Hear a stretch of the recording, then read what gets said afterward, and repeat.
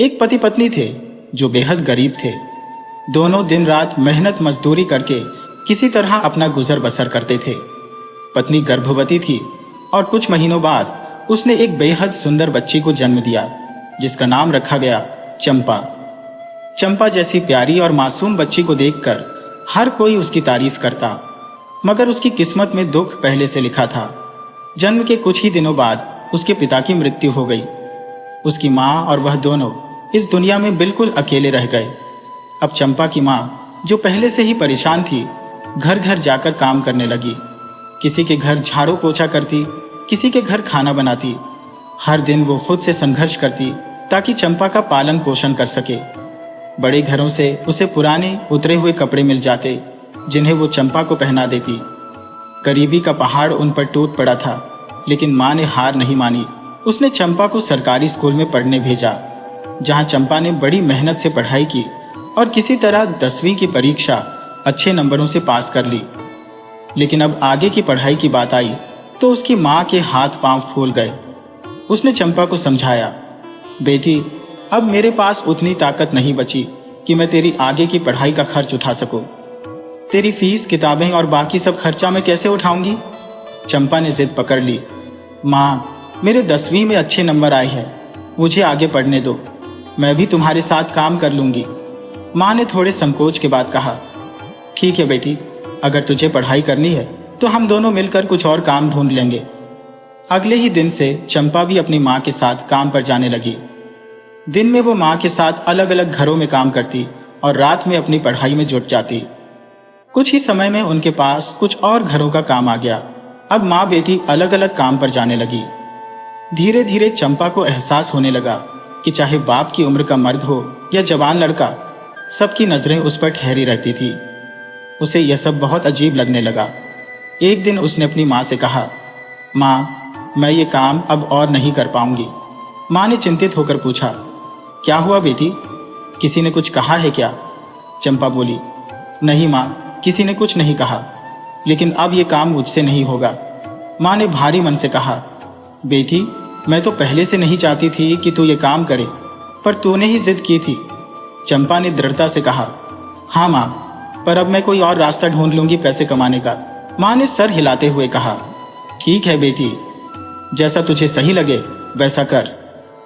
अब चंपा ने मोहल्ले के घरों में जाकर ट्यूशन पढ़ाने की बात शुरू कर दी। धीरे धीरे उसे छोटे बच्चों के ट्यूशन पढ़ाने का काम मिलने लगा। वह 7वीं और 8वीं कक्षा के बच्चों को पढ़ाने लगी, जिससे उसे हर महीने कुछ पैसे मिलने लगे।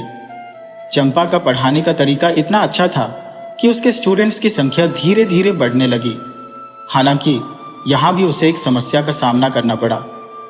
समाज की वही नजरें जो पहले उसे काम के दौरान परेशान करती थी, अब भी उसका पीछा नहीं छोड़ रही थी। लेकिन अब चंपा ने ठान लिया था कि वह इन मुश्किलों से डरकर पीछे नहीं हटेगी।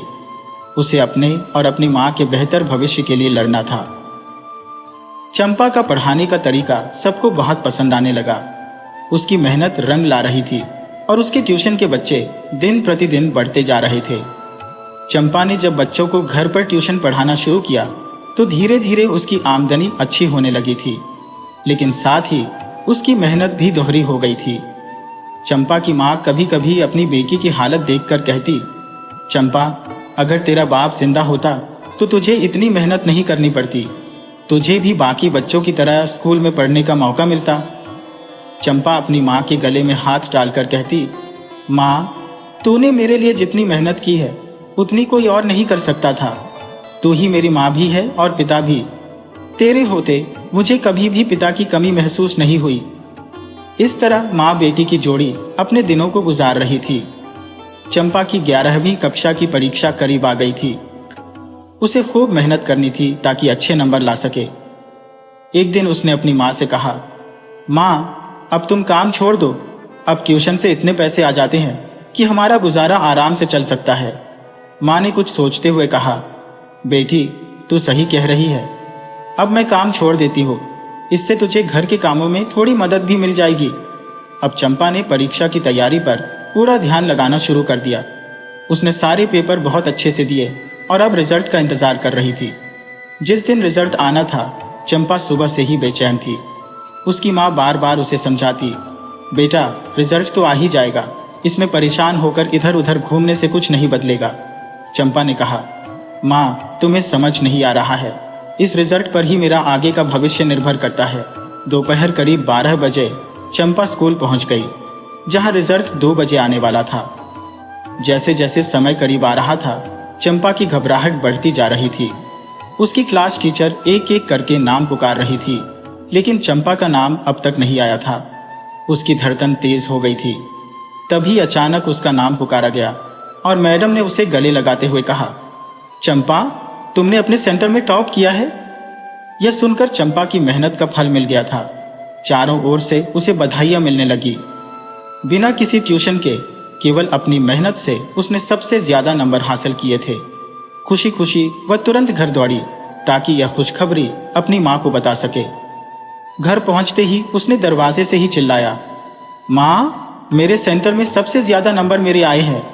उसकी मां ने उसे गले लगाते हुए कहा, मुझे पहले से ही पता था कि मेरी बेटी बहुत अच्छे नंबरों से पास होगी।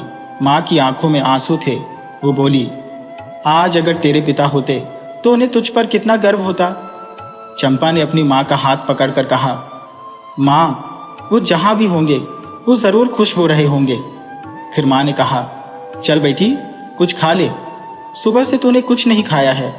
मैंने तेरी पसंद की दाल भात और आलू की भुजिया बनाई है। चंपा बोली, वाह मां, फिर तो मजा आ गया, जल्दी से परोस दो, मुझे बहुत जोर की भूख लगी है। दोनों ने हंसी खुशी खाना खाया। थोड़ी देर बाद ट्यूशन का समय हो गया और बच्चे भी आने लगे। सभी बच्चों ने भी चंपा को बधाई दी।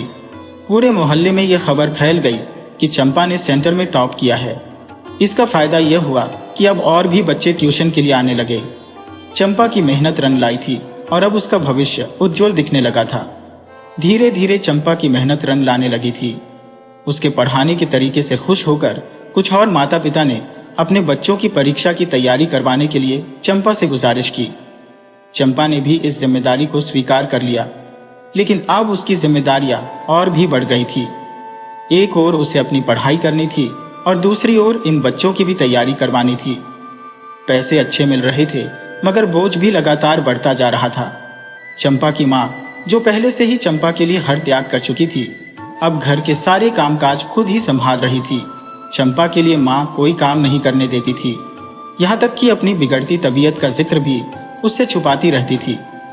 माँ के दिल में एक ही सपना था कि उसकी बेटी पढ़ लिख कर बड़ी अफसर बने और उनकी गरीबी हमेशा के लिए खत्म हो जाए। लेकिन तकदीर का खेल किसी के हाथ में नहीं होता। साल कब गुजर गया पता ही नहीं चला। 12वीं के इम्तिहान करीब आ गए। अब तो चंपा को खाने पीने की भी सुध नहीं रही थी। दिन रात वह अपनी किताबों में डूबी रहती।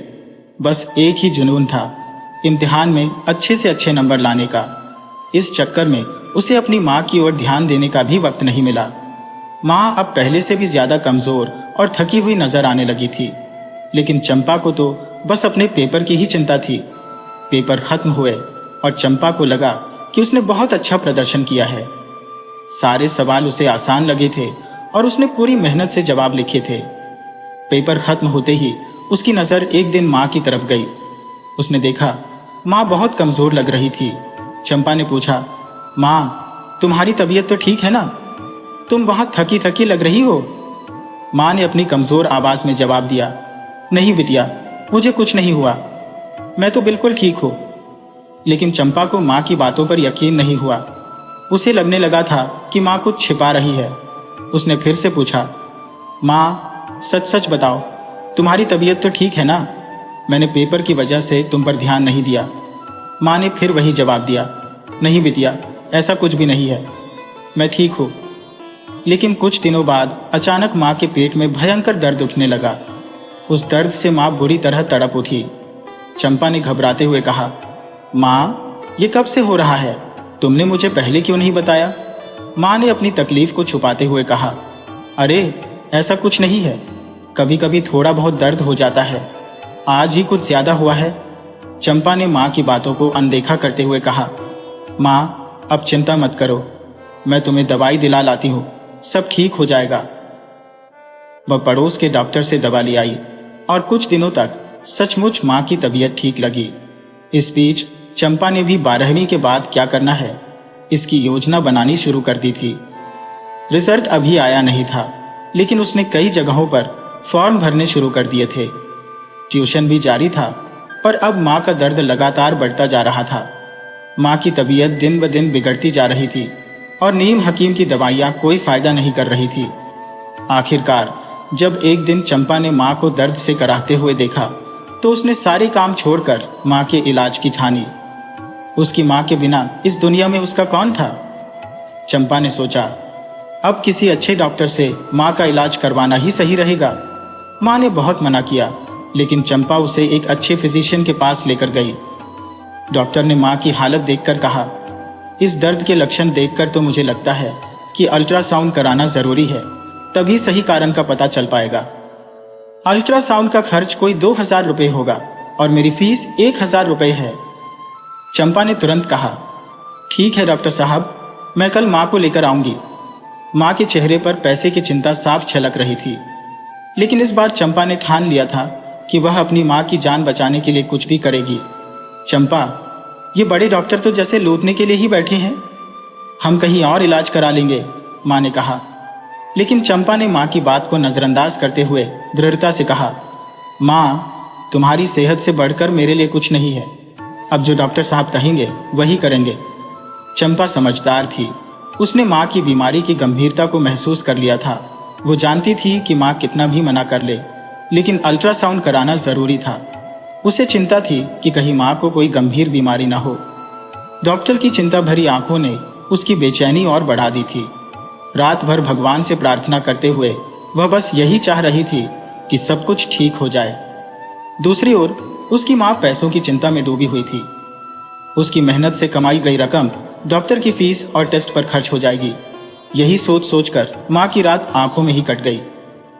सुबह जब दोनों की आंखें सूजी हुई थी, चंपा ने कहा, माँ, तुमने रात भर ठीक से सोया नहीं है ना? माँ ने थकी हुई आवाज में कहा, बिटिया, मुझे पैसों की फिक्र हो रही थी। इतनी मेहनत से जो पैसे जमा होते हैं वो डॉक्टर साहब एक पल में ही ले लेंगे। चंपा ने माँ को सांत्वना देते हुए कहा, माँ, पैसों की चिंता छोड़ो, हमें पहले ये तो पता चले कि तुम्हारे पेट में दर्द क्यों हो रहा है, तभी सही इलाज हो सकेगा। दोनों तैयार होकर डॉक्टर के क्लिनिक पहुंची। डॉक्टर ने अल्ट्रासाउंड की तैयारी शुरू कर दी थी। चंपा घबराई हुई माँ को दिलासा देती रही, माँ, सब कुछ ठीक होगा, बस कुछ ही देर की बात है। डॉक्टर माँ को अंदर ले गए और चंपा रिसेप्शन पर बैठकर इंतजार करने लगी। उसके मन में तरह तरह के ख्याल आ रहे थे, न जाने कौन सी बीमारी है माँ को। अचानक एक नर्स आई और बोली, मैडम, डॉक्टर साहब ने आपको बुलाया है। घबराई हुई चंपा नर्स के साथ डॉक्टर के केबिन में चली गई। डॉक्टर ने उसे बैठने का इशारा किया। चंपा का दिल जोर जोर से धड़क रहा था। उसने डरते हुए पूछा, डॉक्टर साहब, आपको माँ के पेट में दर्द की वजह तो पता चल गई होगी? डॉक्टर ने गंभीरता से कहा, बेटी, घबराओ मत, ध्यान से सुनो। तुम्हारी माँ के पेट में दर्द उनकी उम्र के कारण हो रहा है। हम इसे ऑपरेशन के जरिए ठीक कर सकते हैं, लेकिन पहले हमें इसका एक सैंपल लेकर जांच के लिए भेजना होगा। उससे ही पता चलेगा कि किस प्रकार का ट्यूमर है।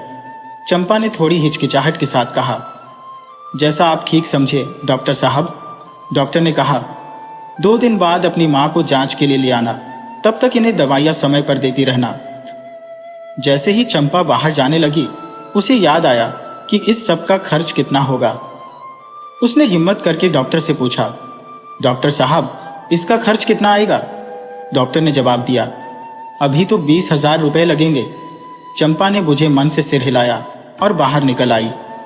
बाहर माँ बैठी उसका इंतजार कर रही थी।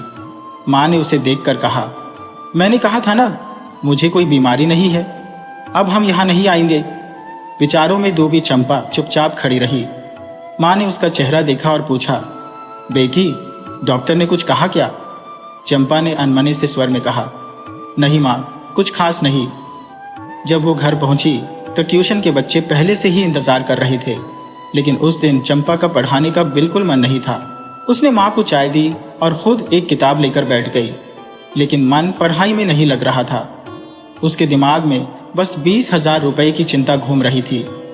बैंक में बस इतने ही पैसे बचे थे, आगे क्या होगा वो समझ नहीं पा रही थी। अगले 2 दिन तक उसने माँ को डॉक्टर के पास ले जाने के लिए मना लिया। ऑपरेशन करीब 2 घंटे तक चला। माँ पर अभी भी एनेस्थीसिया का असर था। वो गहरी नींद में बेसुध थी। इतने में चंपा डॉक्टर से आगे के ट्यूमर के ऑपरेशन का खर्च पूछने लगी। जो डॉक्टर ने बताया उसे सुनते ही चंपा के होश उड़ गए। डॉक्टर ने बताया कि प्राइवेट हॉस्पिटल में ऑपरेशन का खर्च 3 से 4 लाख रुपए होगा। अगर तुम सरकारी अस्पताल में जाओगी तो भी 1 से सवा लाख रुपए का खर्चा आएगा। माँ की होश में आने पर चंपा उसे सहारा देकर घर ले आई। माँ को बिस्तर पर लिटाते हुए उसके मन में एक ही सवाल था, पैसे कहाँ से आएंगे।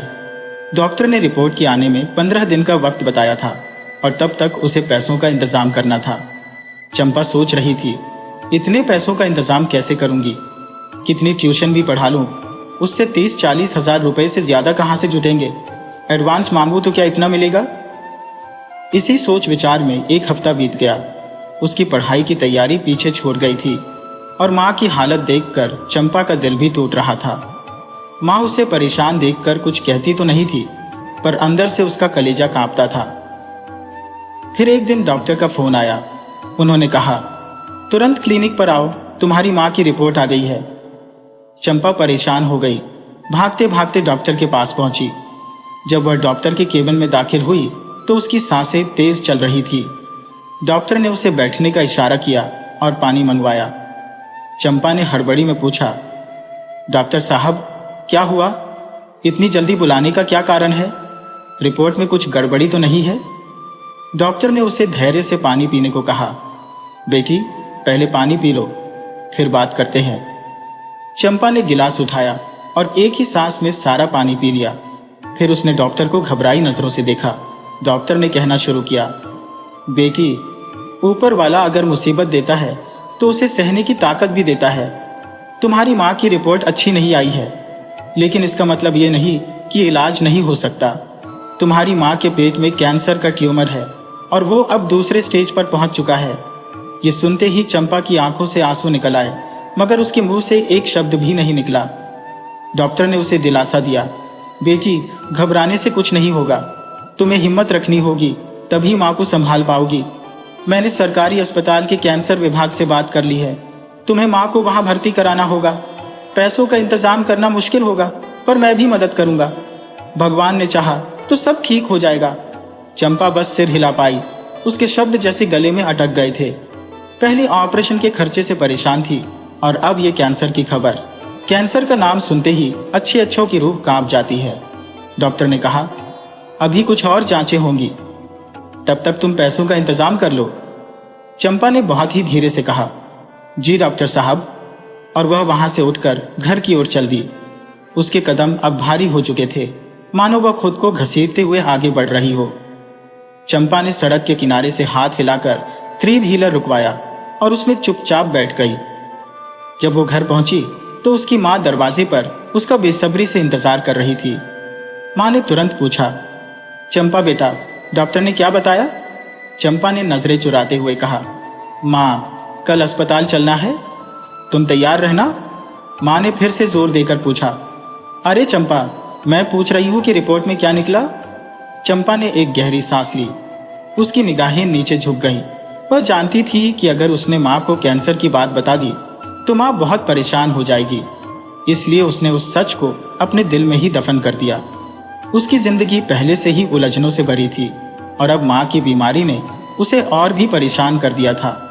किसी तरह से वो ट्यूशन पढ़ाकर अपने घर का खर्च चला रही थी, क्योंकि यही उसकी आमदनी का इकलौता जरिया था। रात भर वो बिस्तर पर करवटें बदलती रही। माँ के इलाज के साथ साथ बच्चों को कैसे पढ़ाएगी, यही सोच सोचकर उसकी रात कट गई।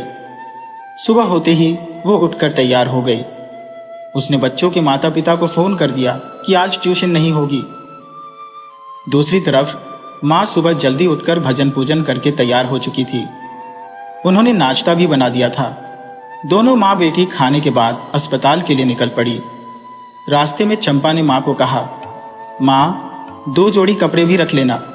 3 व्हीलर जब अस्पताल के अंदर पहुंचा तो चंपा के मन में एक अजीब सा डर बैठ गया, लेकिन उसने कुछ नहीं कहा। माँ को लेकर वो कैंसर विभाग में पहुंची, जहां पहले ही डॉक्टर ने रिपोर्ट कंप्यूटर पर भेज दी थी। डॉक्टर ने रिपोर्ट ध्यान से देखी और माँ को भर्ती कर लिया। डॉक्टर ने कहा, आप बाहर बैठिए, इलाज जल्दी ही शुरू हो जाएगा। चंपा बाहर आकर रिसेप्शन पर बैठ गई। उसके मन में भगवान से बस यही प्रार्थना थी, हे भगवान, पिता को तो पहले ही ले लिया, अब माँ को बचा लेना। इतना सोचते ही उसकी आंखों से आंसू बहने लगे। वैसे अस्पतालों में रोते बिलखते लोग अक्सर होते हैं तो कोई ध्यान नहीं देता, लेकिन वहां एक युवक खड़ा था जिसने चंपा को गौर से देखा। चंपा को इस बात का बिल्कुल अंदाजा नहीं था कि कोई उसकी तकलीफ को देख रहा है। कुछ देर बाद उस युवक ने पास आकर कहा, माफ कीजिए, क्या मैं यहाँ बैठ सकता हूँ? चंपा ने सिर हिलाते हुए उसे जगह दे दी। कुछ देर की चुप्पी के बाद युवक ने हल्के से पूछा, आप ठीक है? कोई परेशानी है? चंपा ने उसे घूर कर देखा तो वो थोड़ा घबरा गया, लेकिन फिर मुस्कुराते हुए बोला, हॉस्पिटल का माहौल ही ऐसा होता है जहां हर किसी को परेशानी होती है। चंपा ने कोई जवाब नहीं दिया, लेकिन युवक की हिम्मत बढ़ गई। उसने अपनी बात जारी रखी, आप देखिए, मैं भी कितनी बड़ी मुसीबत में हूं, कोई रास्ता नहीं सूझ रहा। चंपा ने उसकी तरफ देखा, जैसे उसकी परेशानी जानने की कोशिश कर रही हो, लेकिन कुछ बोली नहीं। युवक समझ गया और बोला, यहाँ मेरी दादी भर्ती है, जिनको कल बहुत बड़ा हार्ट अटैक आया था। चंपा के मुंह से निकला, अब वो कैसी है?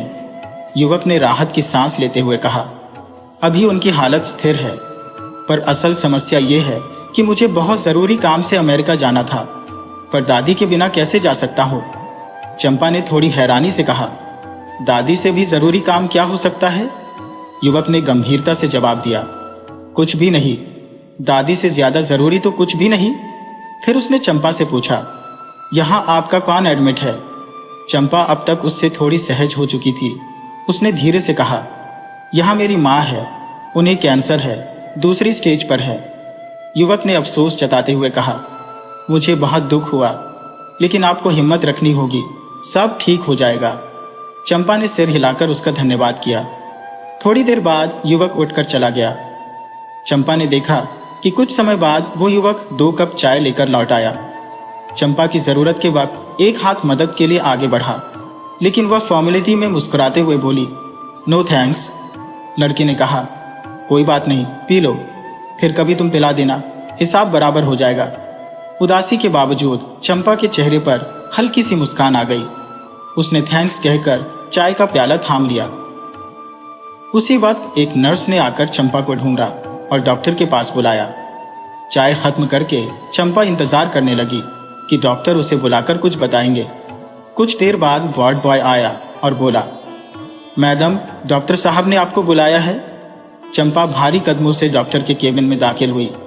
डॉक्टर ने बैठने का इशारा किया और फिर धीरे धीरे सारी बीमारी की गंभीरता को समझाया। उन्होंने कहा, बेटिया, आपकी माँ को अस्पताल में भर्ती कर लिया गया है, अब उनकी देखभाल हमारी जिम्मेदारी है। इलाज लंबा चलेगा और उसके बाद ऑपरेशन भी होगा। खर्चे के बारे में मैंने आपको पहले ही बता दिया था, प्राइवेट अस्पताल की तुलना में यहाँ खर्चा काफी कम होगा। चंपा ने डॉक्टर से पूछा, कितना खर्च आएगा डॉक्टर साहब? डॉक्टर ने बताया, लगभग 2 लाख रुपए। चंपा ने धीरे से कहा, डॉक्टर साहब, क्या मैं माँ से एक बार मिल सकती हूँ? डॉक्टर ने हामी भरते हुए कहा, हाँ बिल्कुल, जाओ मिल लो। चंपा वार्ड में माँ से मिलने पहुंची। माँ पहले से ही उसका इंतजार कर रही थी। माँ ने बिलखते हुए कहा, चंपा, मैं यहाँ तेरे बिना नहीं रह पाऊंगी।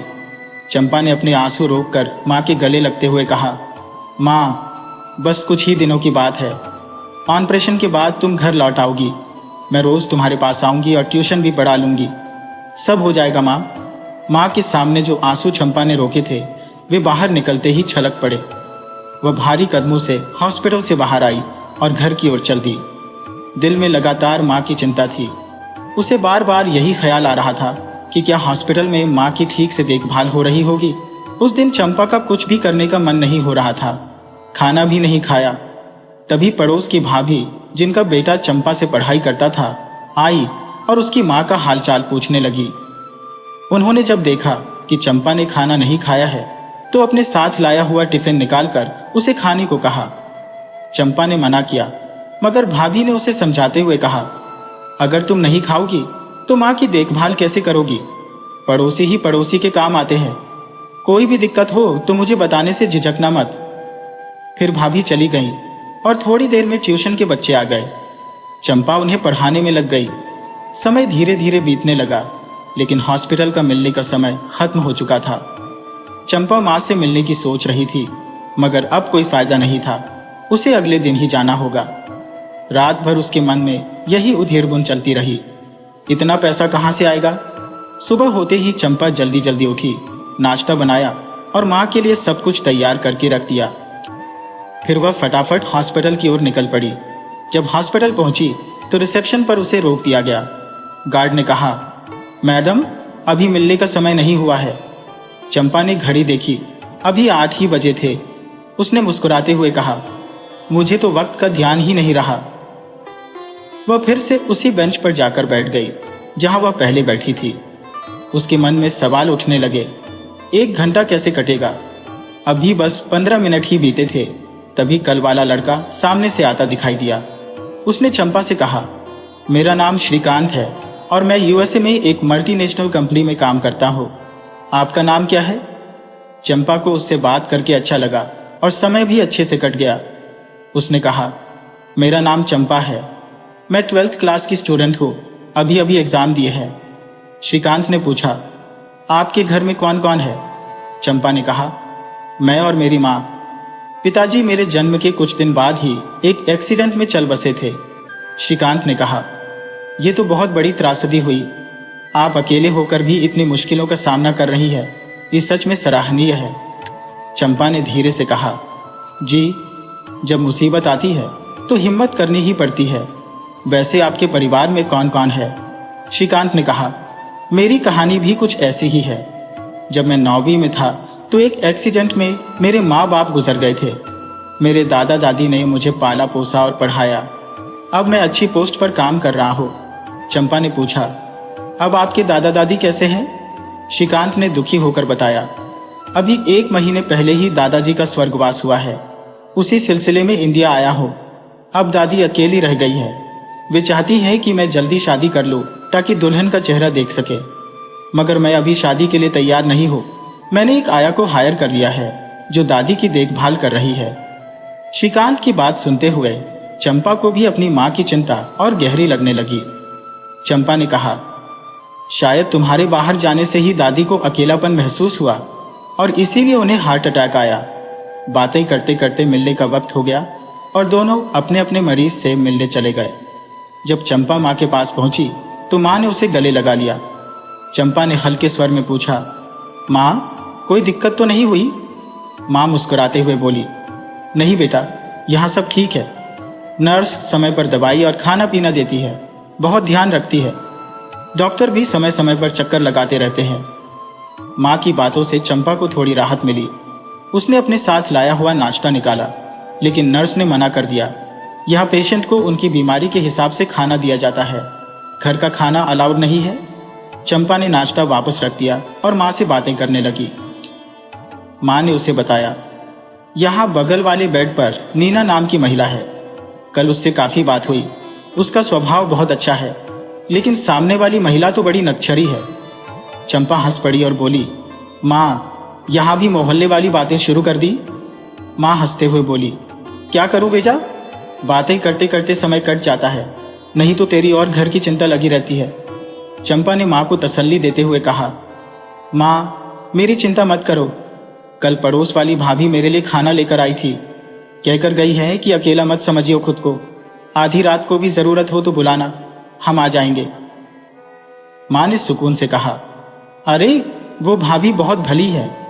इतने में गार्ड आ गया और कहने लगा, मिलने का वक्त खत्म हो गया है, अब आपको जाना होगा। चंपा ने उठते हुए माँ से कहा, माँ, कल फिर इसी वक्त आऊंगी। बाहर आते ही उसने देखा कि श्रीकांत उसका इंतजार कर रहा था। उसने चंपा को देखते ही पूछा, चंपा, अब माँ कैसी है? चंपा ने मुस्कुराते हुए कहा, आज माँ काफी रिलैक्स है। और आपकी दादी कैसी है? श्रीकांत ने जवाब दिया, दादी अब डॉक्टरों की निगरानी में है, पहले से काफी ठीक है। फिर श्रीकांत ने कहा, चलो कहीं चलकर कॉफी पीते हैं, भूख भी लग रही है। सुबह बिना कुछ खाए निकला था। चंपा ने कहा, मुझे दोपहर 2 बजे तक घर पहुंचना जरूरी है। श्रीकांत ने हैरान होकर पूछा, ऐसा क्या काम है जो 2 बजे तक घर पहुंचना जरूरी है? चंपा ने समझाते हुए कहा, मेरे पास ट्यूशन के बच्चे पढ़ने आते हैं, उसी से मेरी रोजी रोटी चलती है। श्रीकांत ने उत्सुकता से पूछा, अच्छा, कितनी कमाई हो जाती है ट्यूशन से? चंपा ने गहरी सांस लेते हुए कहा, मेरी पढ़ाई और खाने पीने का खर्चा निकल आता है, लेकिन माँ की बीमारी का खर्चा बहुत ज्यादा है। श्रीकांत ने गंभीर होकर पूछा, कितना खर्च आएगा? चंपा ने चिंता भरे स्वर में कहा, करीब 2 लाख रुपए। कुछ पैसों का इंतजाम मैंने बच्चों के पेरेंट्स से एडवांस लेकर कर लिया, लेकिन आगे का सोचना है। बातें करते करते दोनों एक कॉफी हाउस में पहुंचे। कार पार्क करके पहले से बुक की गई टेबल पर जाकर बैठ गए। श्रीकांत ने कुर्सी सरकाई और बैठते हुए पूछा, चंपा, तुम क्या लोगी? चंपा ने हंसते हुए कहा, पहले ये आप कहना बंद कीजिए, मैं आपसे बहुत छोटी हूँ। श्रीकांत ने मुस्कुराते हुए कहा, अच्छा बाबा, अब से तुम ही कहूंगा। फिर श्रीकांत ने वेटर को बुलाया और 2 कॉफी और 2 डोसे का ऑर्डर दे दिया। बातों का सिलसिला फिर से शुरू हो गया। चंपा ने पूछा, दादी से आपकी बात हुई? श्रीकांत ने कहा, हाँ, लेकिन बहुत कम समय के लिए। डॉक्टर ने ज्यादा बात करने से मना किया है। चंपा सोचते हुए बोली, जब मैंने अपनी माँ को अस्पताल में एडमिट कराया था, तब भी मेरा मन घर में बिल्कुल नहीं लगता था। अब भी नहीं लग रहा, पर आज माँ से मिलकर मन को तसल्ली मिली है। श्रीकांत ने उसकी तरफ देखते हुए कहा, सच कह रही हो चंपा, तुम खुश हो तो हम भी खुश रहते हैं। इतने में ही वेटर ने खाना लाकर टेबल पर रख दिया और दोनों चुप हो गए। खाना खत्म होते ही दोनों ने कॉफी ऑर्डर की। अब वक्त हो चुका था कि चंपा घर लौटे। उसने कहा, श्रीकांत जी, अब मुझे चलना चाहिए। डिनर और कॉफी के लिए धन्यवाद। श्रीकांत मुस्कुराते हुए बोला, पहले तो ये जी हटाओ, ऐसा लगता है जैसे तुमने मुझे बूढ़ा बना दिया हो। फिर हंसते हुए बोला, थैंक यू का भी कोई चक्कर नहीं, हम रोज ही मिलने वाले हैं। जब मौका मिले तुम किसी दिन मुझे खिला देना। चंपा मुस्कुरा दी। श्रीकांत ने कहा, चलो मैं तुम्हें छोड़ देता हूँ। चंपा ने तुरंत मना कर दिया, नहीं श्रीकांत जी, मैं रिक्शे से चली जाऊंगी। आप छोड़ने आओगे तो मोहल्ले में बातें बनेंगी और माँ भी घर पर नहीं है। श्रीकांत ने थोड़ी देर सोचा और फिर कहा, ठीक है, जैसा तुम ठीक समझो। चंपा ने रिक्शा लिया और घर चली गई। उसे अब श्रीकांत का साथ अच्छा लगने लगा था। घर पहुंचते ही कुछ देर बाद ट्यूशन के बच्चे आ गए और वह अपने काम में व्यस्त हो गई। रात को खाना खाकर जब बिस्तर पर लेटी तो श्रीकांत की बातें याद आने लगी और मुस्कुराहट उसके चेहरे पर तैर गई। दूसरी ओर श्रीकांत भी घर पहुंचा, लेकिन उसके मन में कुछ उधेड़बुन चल रही थी। कोई योजना तेजी से उसके दिमाग में घूम रही थी। पूरी रात उसकी करवटें बदलने में बीत गई। सुबह जल्दी उठकर उसने नहाया धोया और जल्दी से तैयार होकर अस्पताल पहुंच गया। वह बेचैनी से चंपा का इंतजार करने लगा। इस बार चंपा ने आराम से उठकर नाश्ता बनाया और गुनगुनाते हुए घर के सारे काम निपटा दिए। उसे मन में शांति महसूस हो रही थी। अब उसे कोई ऐसा मिल गया था जिससे वह अपना सुख दुख बांट सकती थी। जब चंपा अस्पताल पहुंची तब 9 बज चुके थे। मिलने का समय शुरू हो चुका था तो वह सीधी माँ के पास चली गई। उधर श्रीकांत भी दादी से मिलने वार्ड में पहुंचा। आज दादी की तबीयत ठीक थी और वो बात करने के मूड में थी। श्रीकांत को देखते ही बोली, बेटा तू शादी कर ले। मैं तेरी दुल्हन का चेहरा देखकर ही मरना चाहती हूँ। अब जिंदगी का भरोसा नहीं, कब भगवान का बुलावा आ जाए। डॉक्टरों ने भी यही कहा था कि अगर उन्हें फिर से दिल का दौरा पड़ा तो बचना मुश्किल होगा। श्रीकांत ने दादी से वादा किया, जब हम घर वापस चलेंगे तब मैं आपको आपकी होने वाली बहू से मिलवाऊंगा। दादी यह सुनकर खुश हो गई और हंसते हुए बोली, श्रीकांत तू तो बस मजाक करने से बाज नहीं आता, अब बस मेरी शादी देखकर ही मरेगी। उधर चंपा जब अपनी माँ के रूम में पहुंची तो माँ की आंखें बंद थी। उसने नर्स से फुसफुसाते हुए पूछा, मेरी माँ की तबीयत ठीक है, वो सो रही हैं क्या? नर्स ने बताया, नहीं, कल रात उन्हें बहुत दर्द हुआ था। आज उनकी तबीयत ठीक नहीं है, दवाई दी है, इसलिए आराम कर रही है। चंपा की आवाज सुनते ही माँ ने अपनी आंखें खोल दी और चंपा को देखते ही वह उसकी ओर खींच गई। चंपा ने भी उन्हें कसकर गले लगा लिया।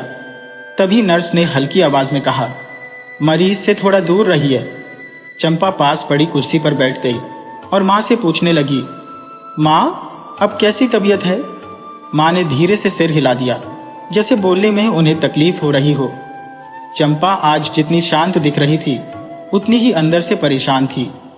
वह माँ का सिर सहलाती रही, लेकिन माँ चुपचाप आंखें बंद किए लेटी रही। चंपा को माँ की तकलीफ का एहसास हो रहा था और उसकी आंखों में आंसू आ गए, लेकिन उसने खुद को संभाल लिया।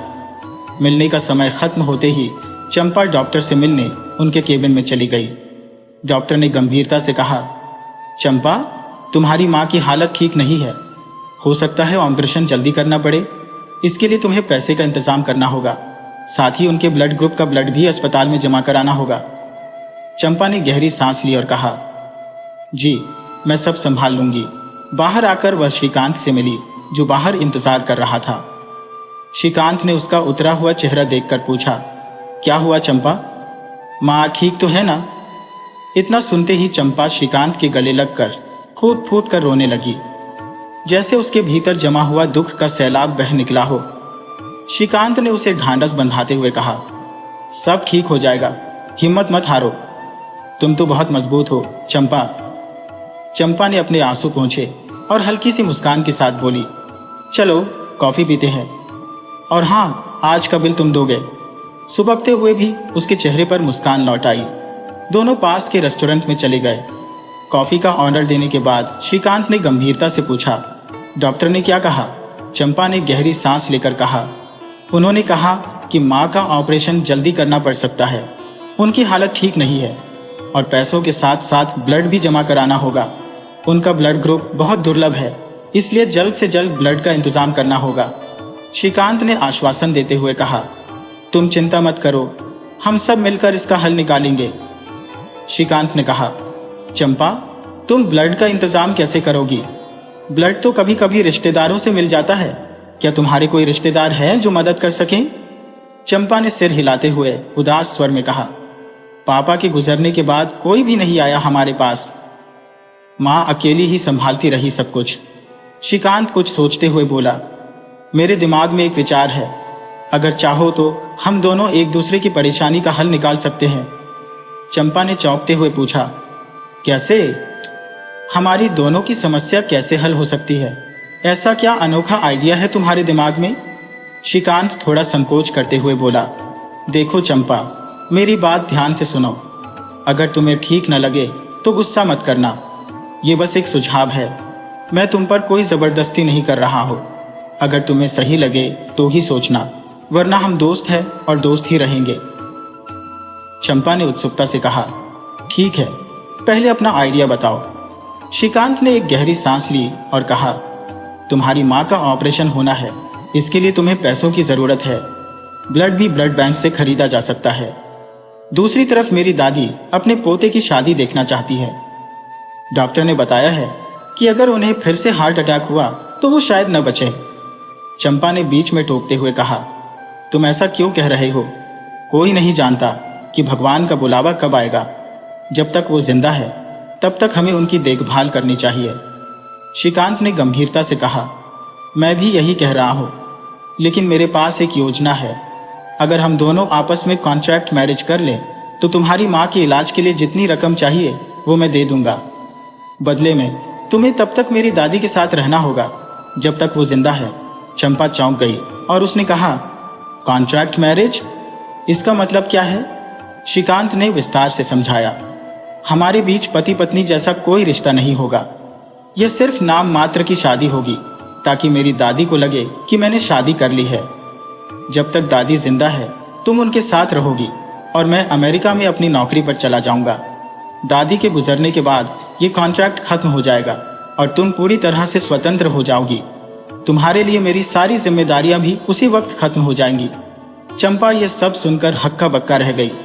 वह मन ही मन श्रीकांत को पसंद करने लगी थी, लेकिन इस तरह के रिश्ते के बारे में उसने कभी नहीं सोचा था। उसने कहा, मैं कल तक सोचकर बताऊंगी। घर पहुंचते ही उसका मन बहुत भारी हो गया। ट्यूशन के बच्चों के आने का समय हो चला था, लेकिन आज उसका दिल पढ़ाने का बिल्कुल नहीं था। सिर दर्द का बहाना बनाकर उसने बच्चों को छुट्टी दे दी और श्रीकांत की बातों पर विचार करने लगी। उसके मन में मरता क्या न करता वाली कहावत बार बार गूंजने लगी। माँ की बीमारी और पैसों की तंगी ने उसे घेर रखा था।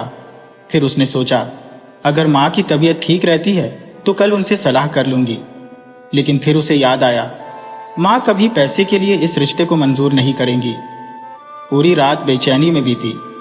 अगले दिन सुबह श्रीकांत के न आने पर वह रिसेप्शन पर बैठकर उसका इंतजार करने लगी। जैसे ही मिलने का समय हुआ, वह भागते हुए माँ के कमरे में पहुंची, लेकिन वहां माँ नहीं थी। चंपा की तो जान ही निकल गई। उसने नर्स से पूछा, माँ कहाँ है? नर्स ने बताया, 9 नंबर बेड के पेशेंट को थेरेपी के लिए ले जाया गया है। चंपा ने घबराते हुए पूछा, उनकी तबीयत कैसी थी? नर्स ने कहा, रात को पेशेंट को खून की उल्टियां हुई थी।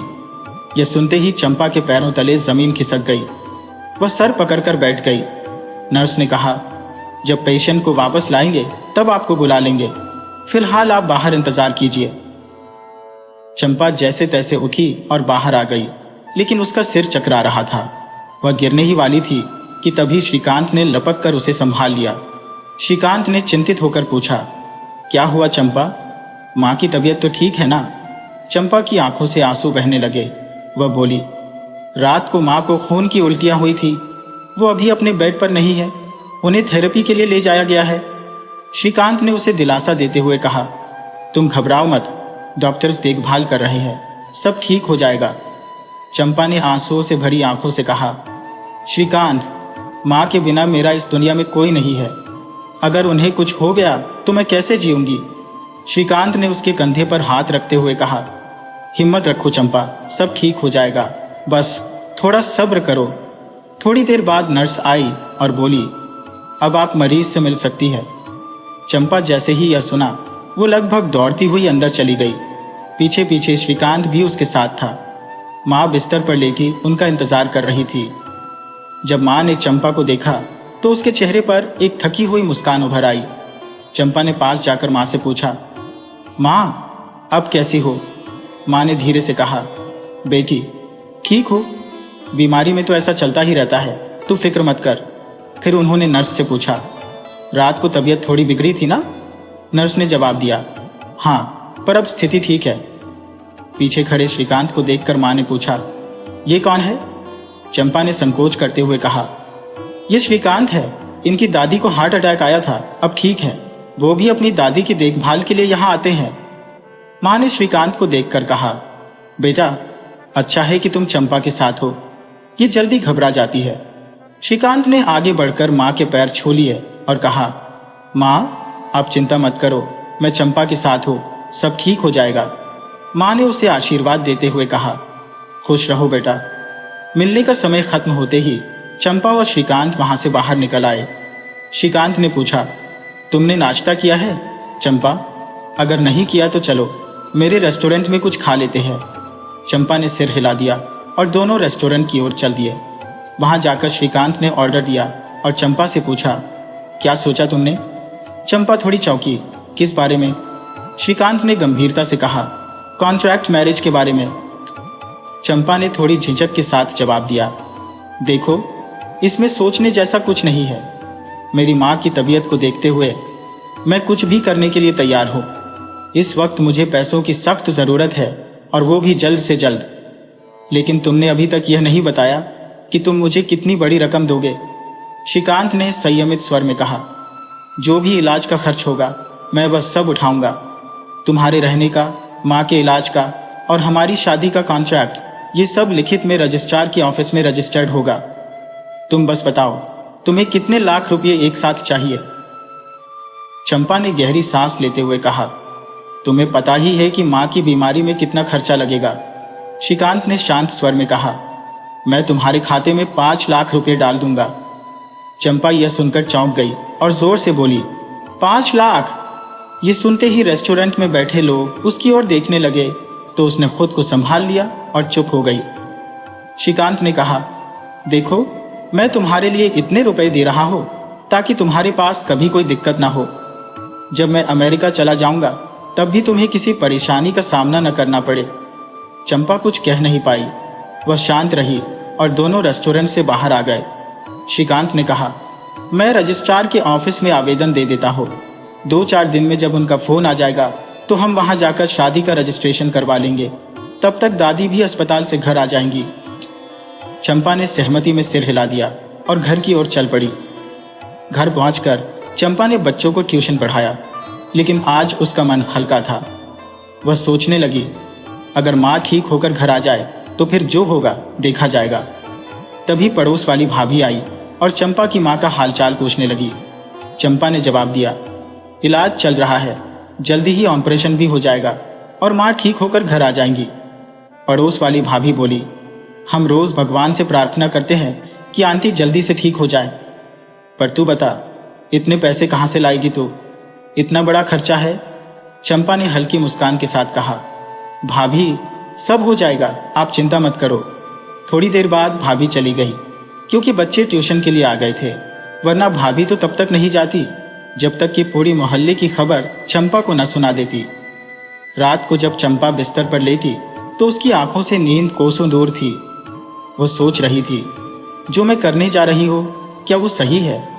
क्या ये सही फैसला है? फिर उसने खुद को दिलासा दिया, चंपा तेरे पास और कोई रास्ता भी तो नहीं है। माँ की जान बचाने के लिए ये करना ही पड़ेगा। आंखों में उम्मीद की आंसू लिया चंपा ने खुद को समझा लिया कि उसने जो फैसला लिया है वह माँ की भलाई के लिए है और शायद वक्त के साथ सब कुछ ठीक हो जाएगा। चंपा को अब धीरे धीरे श्रीकांत का साथ अच्छा लगने लगा था। उसने पहले ही सारी बातें साफ कर दी थी और अब उसके मन में किसी संदेह की कोई जगह नहीं थी। श्रीकांत ने कॉन्ट्रैक्ट मैरिज से पहले ही चंपा के बैंक खाते में पैसे डाल दिए थे, जिससे चंपा को अब किसी आर्थिक चिंता का सामना नहीं करना पड़ रहा था। विचारों में खोई चंपा कब नींद के आगोश में चली गई उसे पता ही नहीं चला। सुबह जब उसकी आंख खुली तो वह देर हो चुकी थी। जल्दी जल्दी तैयार होकर वह हॉस्पिटल पहुंच गई। श्रीकांत पहले से ही वहां मौजूद था। आज उसकी दादी का हॉस्पिटल से डिस्चार्ज होने वाला था और श्रीकांत उनके डिस्चार्ज के कागजात की औपचारिकताएं पूरी कर रहा था। चंपा ने श्रीकांत का इंतजार नहीं किया और अपनी माँ से मिलने चली गई। माँ कुछ थकी थकी सी दिख रही थी, या शायद यह चंपा का भ्रम था। वह माँ के पास जाकर बैठी और पूछा, माँ कैसी हो अब? माँ ने धीमी आवाज में कहा, ठीक हूं बेटा। चंपा ने धीरे से माँ का सिर सहलाया। माँ ने अचानक पूछा, वो लड़का जो अक्सर आता है उसका क्या नाम है? चंपा ने हल्की मुस्कान के साथ कहा, श्रीकांत। माँ ने फिर पूछा, वो आज नहीं आया क्या? चंपा ने जवाब दिया, आया होगा माँ, आज उसकी दादी की छुट्टी हो रही है तो शायद उसी में व्यस्त होगा। माँ ने धीरे से कहा, अच्छा, जितनी जल्दी हॉस्पिटल से छुट्टी मिल जाए उतना अच्छा। ये हॉस्पिटल का माहौल तो जैसे जिंदगी और मौत के बीच का खेल लगता है। चंपा ने माँ को दिलासा देते हुए कहा, माँ आपकी भी जल्दी छुट्टी करवा देंगे, बस एक बार ऑपरेशन हो जाए। माँ कुछ नहीं बोली, बस छत की ओर देखती रही। ऐसा लग रहा था जैसे उन्हें चंपा की बात पर यकीन ही नहीं हो रहा हो। थोड़ी देर बाद चंपा को वहां से बाहर जाना पड़ा, क्योंकि बड़े डॉक्टर साहब राउंड पर आ रहे थे। बाहर आकर उसने देखा कि श्रीकांत उसका इंतजार कर रहा था। श्रीकांत ने पूछा, चंपा माँ की तबीयत कैसी है? चंपा ने कहा, ठीक है, वो आपको ही पूछ रही थी। श्रीकांत ने कहा, मैं पेपर वर्क में लगा हुआ था, जब डॉक्टर साहब का राउंड खत्म होगा तभी दादी की छुट्टी हो पाएगी। चंपा ने कहा, 12 बज ही जाएंगे शायद। श्रीकांत ने हंसते हुए कहा, हाँ इतना वक्त तो लगेगा ही। चंपा ने फिर कहा, तब तक मैं घर चली जाऊंगी, दादी से बाद में मिल लूंगी। श्रीकांत ने हल्के से सिर हिलाते हुए कहा, ठीक है, जैसा तुम्हें सही लगे। चंपा घर वापस आ गई और श्रीकांत दादी को घर ले गया। दादी की एक ही जिद थी, बेटा बहू से मिलाओ, तुमने कहा था कि घर पहुंचते ही मिलवाओगे। श्रीकांत ने उन्हें समझाते हुए कहा, हाँ दादी, कहा तो था, पर थोड़ा समय तो दो, बस 2 दिन में ही मिलवा दूंगा। दरअसल रजिस्ट्रार ने उन्हें कॉन्ट्रैक्ट मैरिज के लिए इस हफ्ते के बाद की तारीख दी थी और आज शुक्रवार था, यानी अभी 2 दिन बचे थे और श्रीकांत समझ गया था कि दादी से मिलाने का इशारा मैरिज के बाद ही था। अब उसे 2 दिन और संभालना होगा। अगले दिन श्रीकांत सुबह सुबह फिर हॉस्पिटल पहुंच गया। रिसेप्शन पर ही चंपा मिल गई। वह चौंक कर बोली, आप सुबह सुबह यहाँ? दादी तो ठीक है ना? श्रीकांत मुस्कुराते हुए बोला, चंपा मैं तुमसे और माँ से मिलने आया हूँ, दादी बिल्कुल ठीक है। हाँ, अब तो उन्होंने बहू से मिलने की रट लगा रखी है। ये सुनकर चंपा को थोड़ी शर्म सी आ गई। दोनों माँ के वार्ड में गए तो माँ उन्हें देखकर मुस्कुरा उठी, बोली, अच्छा हुआ तुम लोग आ गए, मैं तो तुम दोनों को ही याद कर रही थी। श्रीकांत ने आगे बढ़कर माँ के पैर छुए और चंपा माँ के गले लग गई। माँ ने आशीर्वाद देते हुए कहा, सदा खुश रहो मेरी बच्ची और बेटा। जब से तुम श्रीकांत से मिली हो मुझे इस बात की तसल्ली हो गई है कि तुम अकेली नहीं हो। श्रीकांत तुम्हारे साथ है, अब मेरी कोई चिंता नहीं है। श्रीकांत ने मुस्कुराते हुए कहा, माँ जी आप अपनी सेहत की चिंता करो, जल्दी ठीक होकर घर आओ। माँ ने हल्के से कहा, बेटा मैं तो यही चाहती हूँ, पर ऊपर वाले की मर्जी ही सबसे बड़ी है। चंपा ने माँ को दिलासा देते हुए कहा, माँ उसकी भी यही मर्जी होगी कि आप जल्दी से ठीक होकर वापस मेरे पास आओ। मिलने का समय खत्म होते ही दोनों बाहर आ गए। श्रीकांत ने कहा, चंपा चलो आज मैं तुम्हारे लिए कुछ कपड़े खरीदता हूँ। चंपा ने चौंक कर पूछा, क्यों, मेरे पास तो कपड़े हैं। श्रीकांत ने हंसते हुए कहा, परसों हमारी कॉन्ट्रैक्ट मैरिज है, दादी के सामने तो ट्रेडिशनल बहू बनकर ही जाना होगा, तो तुम्हें साड़ी और कुछ जेवर खरीदने होंगे। चंपा ने मुस्कुराते हुए हामी भर दी, उसके लिए तो ये सब एक नाटक ही था। श्रीकांत ने कार एक बड़ी दुकान के सामने रोकी तो चंपा ने कहा, इतनी महंगी दुकान, यहां से तो बहुत महंगा मिलेगा। श्रीकांत ने कहा, चंपा कीमत की चिंता मत करो, बस अपनी पसंद के कपड़े खरीद लो, कुछ ऐसे जोड़े जो दादी के सामने पहन सको। चंपा ने हंसते हुए सिर हिलाया और दोनों दुकान के अंदर चले गए। चंपा ने कपड़े खरीदने के बाद घर की ओर रुख किया। समय का पता नहीं चला था, ट्यूशन के बच्चे पहले से ही आ चुके थे। उसने जल्दी से एक शॉवर लिया और कपड़े बदलकर तैयार हो गई। हॉस्पिटल से लौटने के बाद उसे बच्चों के पास आने में देर नहीं करनी चाहिए थी।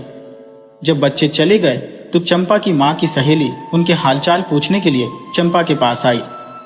चंपा ने उनका स्वागत किया और नमस्ते कहकर उन्हें अपने पास बिठाया। उसने उनके लिए चाय बनाई और फिर खुद भी उनके पास बैठ गई। सहेली ने चंपा की पीठ पर प्यार से हाथ फेरते हुए कहा, बेटी चंपा तुम्हारी माँ तो बड़ी भाग्यशाली है कि उसे तुम्हारे जैसा संतान मिली है। तुम तो सच में बड़ी साहसी हो, सब कुछ अकेले ही झेल रही हो। चंपा ने हंसते हुए कहा, अकेली कहाँ, आंटी जी आप सबका साथ तो है, आपकी दुआओं से ही तो मुझे हिम्मत मिलती है। आंटी ने आशीर्वाद देते हुए कहा, इस बार जल्दी से तुम्हारी माँ ठीक होकर घर आ जाए, बस यही कामना है। उनके जाने के बाद चंपा सोचने लगी, आंटी जी मुझसे और माँ से कितना प्रेम करती है, लेकिन जब उन्हें मेरे कॉन्ट्रैक्ट मैरिज के बारे में पता चलेगा तो वे क्या सोचेंगी। फिर उसने अपने विचारों को झटकते हुए सोने की कोशिश की, लेकिन उन चिंताओं से उसका पीछा छूटना मुश्किल था। रात भर उसकी नींद उड़ी रही। उसे अपने बचपन का वह चुलबुला रूप याद आ रहा था, जब वह माँ से हर छोटी बड़ी चीज की जिद करती थी।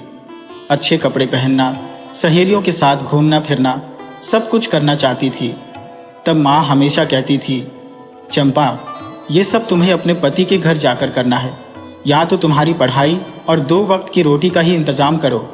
चंपा हंसकर कहती, हाँ माँ वो तो मेरा राजकुमार होगा जो मेरे सारे खर्चे उठा लेगा।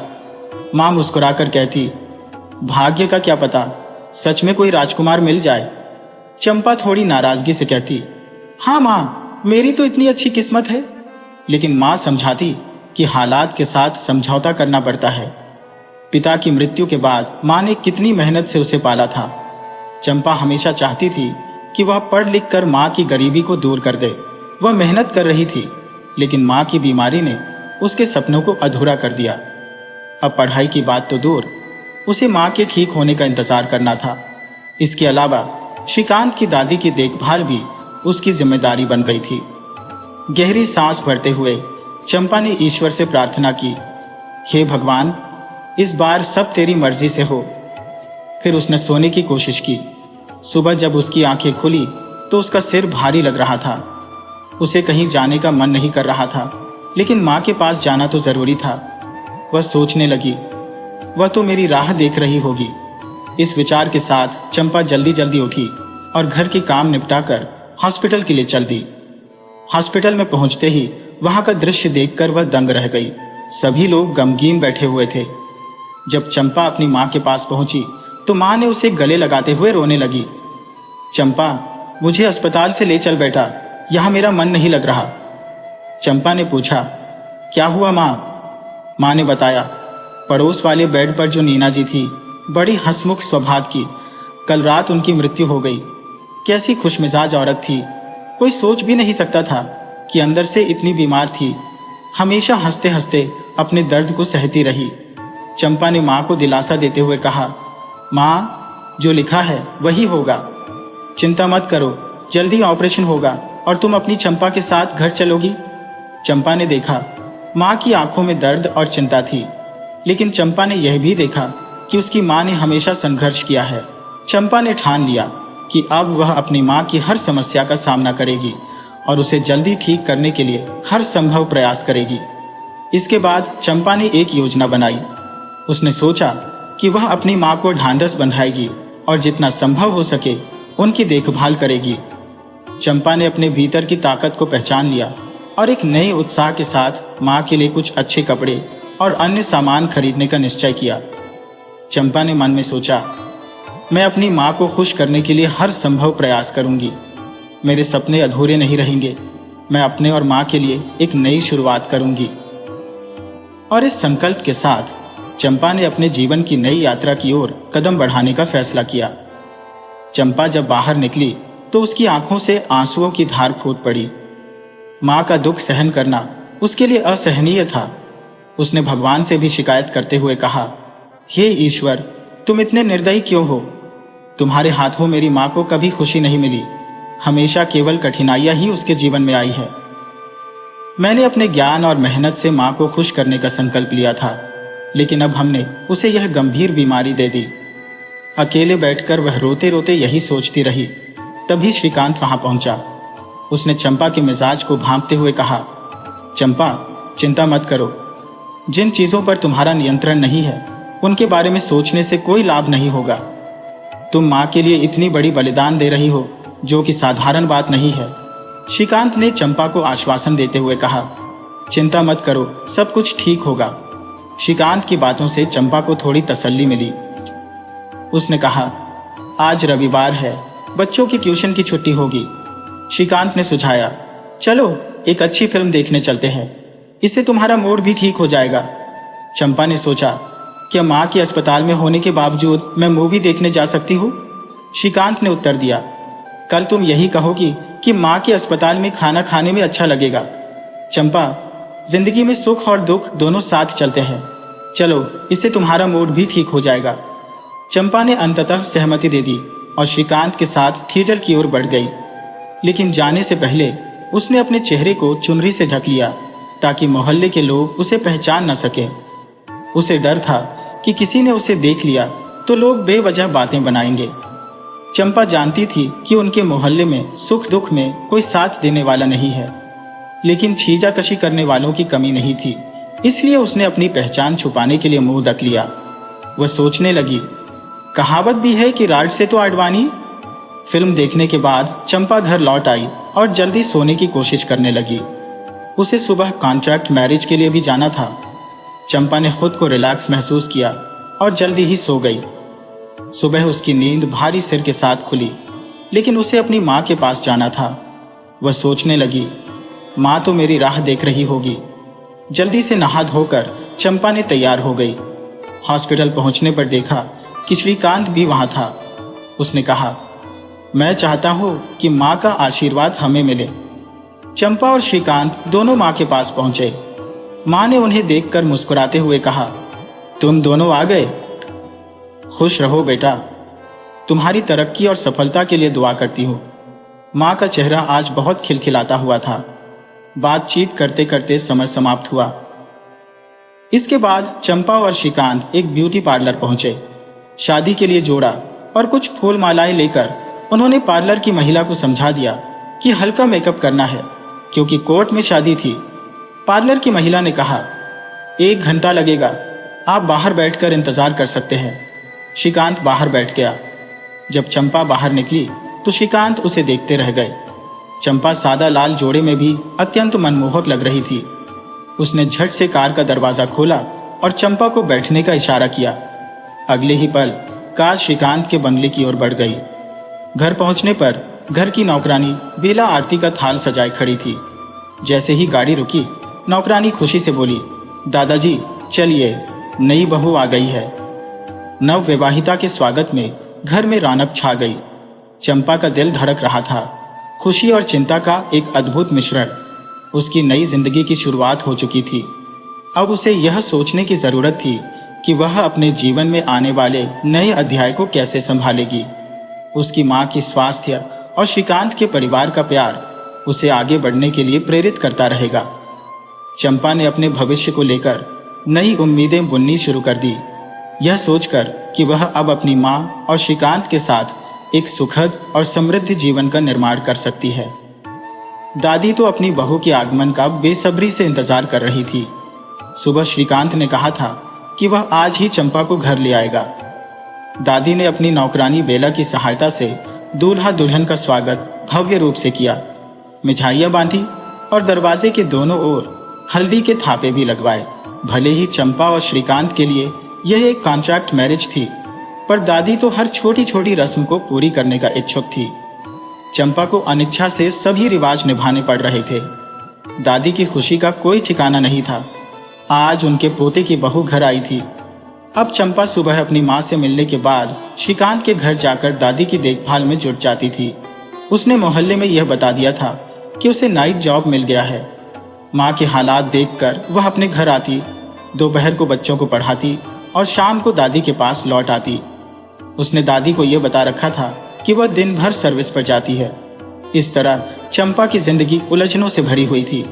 चंपा को चिंता थी कि जब मां ठीक होकर घर आएंगी तब वह सब कैसे संभालेगी। लेकिन पैसा भी तो बहुत जरूरी था मां के इलाज के लिए। चंपा की शादी श्रीकांत के साथ दोस्तों की गवाहियों में कानूनी रूप से हो गई। श्रीकांत की दादी ने अपनी नौकरानी के साथ चंपा का जोरदार स्वागत किया। चंपा की चिंता इस बात को लेकर थी कि कब उसकी मां ठीक होकर घर आएगी। जब दादी ने रस्मों के बाद चंपा को आराम करने के लिए कहा, तब चंपा थकावट से भरी हुई थी। दादी ने बेला से कहा, बेला, अपनी भाभी को उसके कमरे में ले जाओ। बेला के साथ चंपा कमरे में गई तो वह देखकर दंग रह गई। कमरा बहुत सुंदर सजाया गया था। आधुनिक दादी ने सुहाग सेज की संपूर्ण तैयारी कर रखी थी। पीछे पीछे श्रीकांत भी कमरे में आया और चंपा से कहा, सॉरी चंपा, दादी को नहीं पता कि यह कॉन्ट्रैक्ट मैरिज है, इसलिए उन्होंने ऐसा किया। दोनों ने मिलकर कमरे से फूल वगैरह हटाए और उसे साफ किया। फिर श्रीकांत ने कहा, दादी की वजह से हमें एक ही कमरे में रहना पड़ेगा। मैं सोफे पर सोऊंगा और तुम बेड पर। चंपा ने सहमति दी। थके हुए श्रीकांत और चंपा जल्दी सो गए।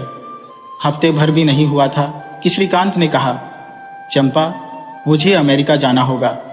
वहां का काम मेरे बिना प्रभावित हो रहा है। अब दादी की देखभाल की जिम्मेदारी तुम्हारी है। मैं जल्दी ही सेटल करके वापस आऊंगा। मेरा फोन नंबर तुम्हारे पास है, जब भी जरूरत हो मुझे कॉल कर देना। ये सुनकर चंपा सकते में आ गई। बोली, श्रीकांत, तुम इतनी जल्दी जा रहे हो? अभी तो मैं यहाँ के तौर तरीके भी नहीं सीख पाई हो। श्रीकांत ने कहा, हाँ चंपा, जाना आवश्यक है और हमारी डील भी तो यही हुई थी। दादी को समझाकर अगले हफ्ते श्रीकांत अमेरिका चला गया। चंपा का रूटीन वही था। बेला नाश्ता तैयार कर देती। चंपा दादी को खिलाकर खुद नाश्ता करके अस्पताल के लिए निकल जाती, माँ को देखने। फिर अपने घर बच्चों को पढ़ाती। शाम को 5 बजे दादी के पास लौट आती। लेकिन इन दिनों चंपा अपने दिल में श्रीकांत के लिए एक अजीब सा एहसास कर रही थी। श्रीकांत से पहले ही वह उसे पसंद करती थी, लेकिन उसके जाने के बाद उसका दिल बेचैन हो गया था। वह श्रीकांत को फोन करना चाहती थी, लेकिन बिना कारण क्या कहेगी। उसने कहा था, जरूरत हो तभी फोन करना, इसलिए वह फोन रख देती। लेकिन जितना खुद को रोकने की कोशिश करती, उतना ही श्रीकांत के लिए उसका दिल धड़कता रहता। एक अजीब सी कशमकश में चंपा फंस गई थी। इसी चलते एक नई परेशानी ने चंपा को घेर लिया। डॉक्टरों ने मां के ऑपरेशन के लिए जल्दी से जल्दी बुला लिया। श्रीकांत ने पहले ही उसके बैंक में पैसे जमा करवा दिए थे, लेकिन श्रीकांत के जाने के बाद उसका मनोबल कमजोर हो गया। चंपा को श्रीकांत का सहारा हमेशा की तरह महसूस होता था। मां के ऑपरेशन वाले दिन श्रीकांत का फोन आया। उसने कहा, चंपा, तुम एक हिम्मत वाली लड़की हो, हिम्मत से काम लो, सब ठीक हो जाएगा। श्रीकांत के 2 शब्दों ने चंपा को हिम्मत दी और मां का ऑपरेशन हुआ। जबकि चंपा बेचैन घूमती रही। ऑपरेशन सफल हुआ, लेकिन डॉक्टर खुश नहीं थे। जब चंपा ने डॉक्टर से पूछा तो उन्होंने बताया कि ट्यूमर तो निकाल दिया है, लेकिन खतरा अभी टला नहीं है। ट्यूमर की जड़ें पेट में फैल गई है और वह जल्दी फिर से सक्रिय हो सकती है। और ऐसा ही हुआ। अस्पताल में ऑब्जर्वेशन के लिए रखी गई चंपा की मां को 8वें दिन ही पेट में जानलेवा दर्द फिर से शुरू हो गया। चंपा की मां बिना असली बात जाने खुशी मना रही थी। कल ही मां ने चंपा से कहा था, अब तो ऑपरेशन हुए 8 दिन हो गए हैं, मुझे छुट्टी मिल जाएगी। चंपा ने अनमने सा जवाब दिया, हाँ मां, देखो डॉक्टर क्या कहते हैं। डॉक्टरों ने चंपा की मां को घर ले जाने के लिए मना कर दिया। कहा, आप मरीज को दर्द के समय अकेले नहीं संभाल पाएंगे। 1 महीना हो गया था मां के ऑपरेशन को। एक रात चंपा को मनहूस खबर मिली कि उसकी मां नहीं रही। वह रो रो कर यह सोचती रही कि श्रीकांत को क्या कहेगी। श्रीकांत ने उसे थोड़ा धैर्य बंधाया और कहा कि वह जल्दी आएगा। अपने कहे अनुसार दूसरे दिन ही श्रीकांत इंडिया आ गया। चंपा ने श्रीकांत के आने तक मां को अस्पताल में रखने की रिक्वेस्ट की थी, जो डॉक्टरों ने मान ली। उसकी हालत देखकर श्रीकांत ने दादी को बता दिया कि चंपा की मां नहीं रही। चंपा कुछ दिन अपने घर रहेगी और दादी का ध्यान रखेगी। चंपा मायूस उदास अस्पताल के बेंच पर बैठी सुबकती रही। उसे बिल्कुल उम्मीद नहीं थी कि इतनी जल्दी उसकी मां का साथ छूट जाएगा। जब श्रीकांत आया तो चंपा ने उसे देखकर उसके सीने से लगकर खूब रोई। श्रीकांत ने उसके कंधे पर हाथ रखकर कहा, जिसकी जितनी सांसें ईश्वर से मिली होती है, वे उतना ही जीते हैं। चंपा, मां को अब दर्द से छुटकारा मिला है। बताओ चंपा, मैंने मां के लिए क्या नहीं किया और वह मुझे छोड़कर चली गई। चंपा की आंखों में आंसू थे, लेकिन अब उसे अपने जीवन को फिर से संवारने का संकल्प लेना था। मां की यादें और श्रीकांत का साथ दोनों ही उसे आगे बढ़ने के लिए प्रेरित कर रहे थे। श्रीकांत ने चंपा से कहा, चंपा, यह दुनिया का अटल नियम है, जो आया है उसे एक दिन जरूर जाना होगा। यह कहकर और चंपा को समझाकर श्रीकांत उसकी मां के पार्थिव शरीर को घर ले गया। उनके घर पर पड़ोस और मोहल्ले के लोग इकट्ठा हो गए थे। सभी लोग चंपा की मां के अंतिम दर्शन के लिए बेसब्री से इंतजार कर रहे थे। ऐसी मान्यता थी कि आत्मा के अंतिम सफर के दर्शन करना शुभ माना जाता है। श्रीकांत जब आगे बढ़कर काम संभालने लगा तो लोग आपस में फुसफुसाने लगे।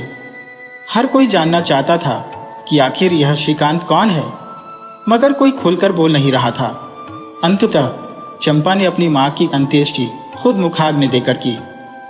उसके दुख में लोग शामिल थे और माहौल में शांति छाई हुई थी। शाम होते होते अंतिम क्रियाकर्म के बाद भी मोहल्ले में एक ही सवाल गूंज रहा था, श्रीकांत कौन है? चर्चाएं बढ़ने लगी थी। तब चंपा ने सभी को बताया, श्रीकांत मेरे दूर के रिश्तेदार हैं। वो अपनी बीमार दादी को लेकर हॉस्पिटल आए थे और वहीं हमारी मुलाकात हुई। मां को भी देखने के लिए वो कई बार हॉस्पिटल आए थे। मां ने ही कहा था कि चंपा अकेली है, उसका ध्यान रखना। तब से वो मां की बात मानकर मेरी मदद कर रहे हैं। रात ढल चुकी थी। मोहल्ले के सभी लोग अपने अपने घर लौट गए। अब घर में सिर्फ चंपा और श्रीकांत ही थे। पड़ोस वाली भाभी खाना रख गई थी, लेकिन जब श्रीकांत ने चंपा को खाना खिलाने की कोशिश की तो उसने मना कर दिया।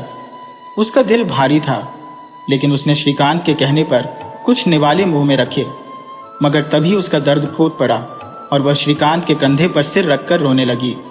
श्रीकांत ने किसी तरह उसे समझाया और सुला दिया। तीसरे दिन फूल बहाने की रस्म पूरी की गई। चंपा और श्रीकांत गंगा जी गए थे। जब वो लौटे तो चंपा बहुत रोई।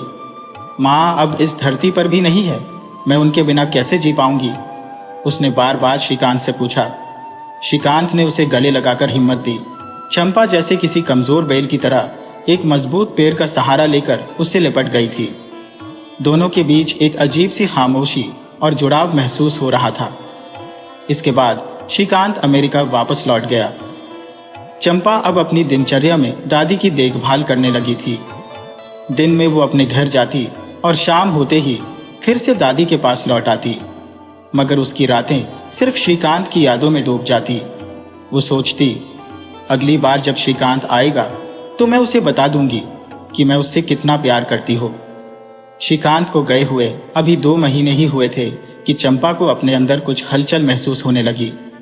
उसने प्रेगनेंसी टेस्ट किया और वो पॉजिटिव आया। उसका दिल किया कि तुरंत श्रीकांत को फोन करके सब बता दे, लेकिन कुछ सोचकर उसने खुद को रोका। उसे समझ नहीं आ रहा था कि वो कैसे इस परिस्थिति का सामना करेगी। समस्याएं उसकी जिंदगी से जाने का नाम नहीं ले रही थी। एक रात अचानक उसकी दादी को फिर से हार्ट अटैक आया। चंपा ने अपनी पड़ोसन बेला की मदद से दादी को तुरंत हॉस्पिटल पहुंचाया। उसने श्रीकांत को भी फोन किया और श्रीकांत ने कहा, मैं तुरंत आ रहा हूं, फिर फोन काट दिया। उस रात चंपा और बेला हॉस्पिटल में ही रुक गईं, लेकिन उन्हें दादी के पास जाने की इजाजत नहीं थी। वे रिसेप्शन पर बैठकर सारी रात बिताती रही। अगले दिन श्रीकांत सीधा एयरपोर्ट से हॉस्पिटल पहुंचा। चंपा उसे देखते ही उसके गले लगकर होठ फूट कर रोने लगी। श्रीकांत ने उसे दिलासा देते हुए कहा, चिंता मत करो चंपा, अब मैं आ गया हूं, सब कुछ ठीक हो जाएगा। फिर उसने पूछा, ये सब कब और कैसे हुआ? चंपा ने बताया, रात के 10 बजे तक मैं दादी के पास बैठी थी, वो बिल्कुल ठीक थी। मैंने खुद उन्हें सुलाया था और फिर बेला रात में उनके पास सोने गई थी। लेकिन रात में दादी ने बेला को जगाया और कहा कि उन्हें बहुत घबराहट हो रही है। बेला ने मुझे बुलाया और जब मैं देखने गई तो महसूस हुआ कि हमें तुरंत दादी को हॉस्पिटल ले जाना चाहिए। श्रीकांत ने गहरी सांस ली और फिर से चंपा को ढांढस बंधाया। लेकिन अब चंपा के सामने एक और चुनौती थी, उसकी प्रेगनेंसी और श्रीकांत के साथ उसके अनकहे जज्बात। श्रीकांत ने चंपा से गंभीर स्वर में कहा, तुमने बहुत साहस दिखाया चंपा, अच्छा हुआ जो समय रहते दादी को हॉस्पिटल पहुंचा दिया। इसके बाद श्रीकांत इमरजेंसी वार्ड में गया, जहां दादी को वेंटिलेटर पर रखा गया था। दादी की हालत बहुत नाजुक थी। श्रीकांत ने उनके ठंडे होते हाथ को थामकर पुकारा, दादी मैं आ गया हूं। उसकी आवाज सुनकर दादी ने धीरे से अपनी आंखें खोली, मगर फिर वे बंद हो गईं। एक पल में जैसे उनका हाथ श्रीकांत की पकड़ से छूट गया। श्रीकांत ने तुरंत डॉक्टर को बुलाया, जिसने दादी की जांच करने के बाद कहा, अब वे नहीं रही। दादी का पार्थिव शरीर घर ले जाया गया और चंपा पर जैसे दुखों का पहाड़ टूट पड़ा। पहले मां का जाना और अब दादी की विदाई, उसका मन तो जैसे टूट ही गया। रोते रोते उसकी रात बीत गई और घर में मातम का माहौल छा गया था। हिंदू धर्म के कुछ रीति रिवाजों के अनुसार सूर्यास्त के बाद अंत्येष्टि नहीं की जाती, इसलिए दादी का शरीर कोल्ड स्टोरेज में रखा गया। मोहल्ले और आसपास के कुछ लोग रात में शोक व्यक्त करने आए, लेकिन अधिकतर लोग सुबह का इंतजार कर रहे थे। चंपा और उसकी पड़ोसी बेला रात भर जागती रही, पर चंपा के मन में एक सवाल गूंज रहा था, आखिर इतनी देरी क्यों हो रही है? दोपहर होते होते जब अभी भी तैयारी पूरी नहीं हुई थी, तो चंपा ने परेशान होकर बेला से पूछा, बेला किस बात का इंतजार है, कौन आने वाला है? बेला ने कहा, सुनने में आ रहा है कि कोई खास मेहमान आ रहे हैं, शायद उन्हीं का इंतजार हो रहा है। चंपा सोच में पड़ गई, ऐसा कौन आ रहा है जिसके लिए इतनी देर की जा रही है? तभी घर के बाहर एक बड़ी सफेद गाड़ी आकर रुकी और उसमें से एक गोरी औरत और 2 छोटी छोटी लड़कियां उतरी। लड़कियां दौड़कर दादी के शरीर से लिपट गईं, डेढ़ डेढ़ चिल्लाते हुए। यह सब देखकर चंपा हैरान रह गई, क्योंकि ये लड़कियां श्रीकांत की बेटियां थीं। सच तो यह था कि श्रीकांत पहले से शादीशुदा था और वह गोरी औरत उसकी पत्नी थी। यह देख चंपा के दिल में चुपचाप पल रही भावनाओं का सैलाब उमड़ पड़ा, मगर उसने कभी श्रीकांत से इस बारे में कोई बात नहीं की थी। वो गोरी औरत, जो शायद श्रीकांत की पत्नी थी, उसके पास आकर बोली, हाँ हनी, सब ठीक हो जाएगा। यह दृश्य चंपा से और देखा नहीं गया। उसकी तबीयत बिगड़ने लगी और वह अपने कमरे में चली गई।